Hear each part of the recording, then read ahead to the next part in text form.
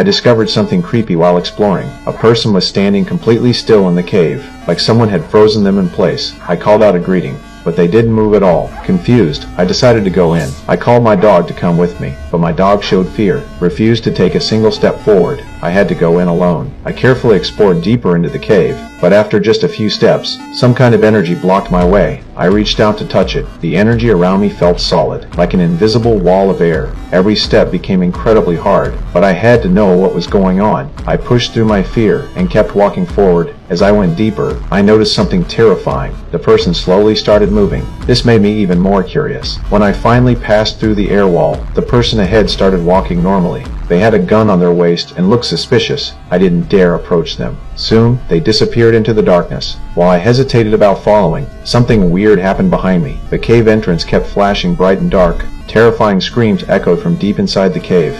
I ran like crazy toward the exit. Luckily, I made it outside safely, but I was completely confused. It was noon when I entered the cave. I was only inside for 3 minutes. Now outside, it was pitch black. Even my dog had vanished without a trace. I couldn't believe it and ran to my car. When I got there, my car was completely covered in weeds and vines. I tried to start the car to leave, but the battery was dead. That's when I noticed my work photo. It had turned yellow from oxidation, like several years had passed. I got out to search for clues nearby. I spotted an SUV parked close by. Nobody was around. I decided to take their battery for myself, but after checking it out, this car was also covered in weeds. I clearly remembered when I arrived, this car wasn't here. A bag inside caught my attention. I brushed off the dirt. It was my student's backpack. That's when I realized how serious this was. I figured after I entered the cave, my students must have come looking. Looks like they went into the cave too. Thinking this, I headed back again, this time carrying lots of glow sticks, dropping them on the ground as I walked, so I could find the exit on my way back. But when I approached the air wall, the glow sticks floated weirdly in the air.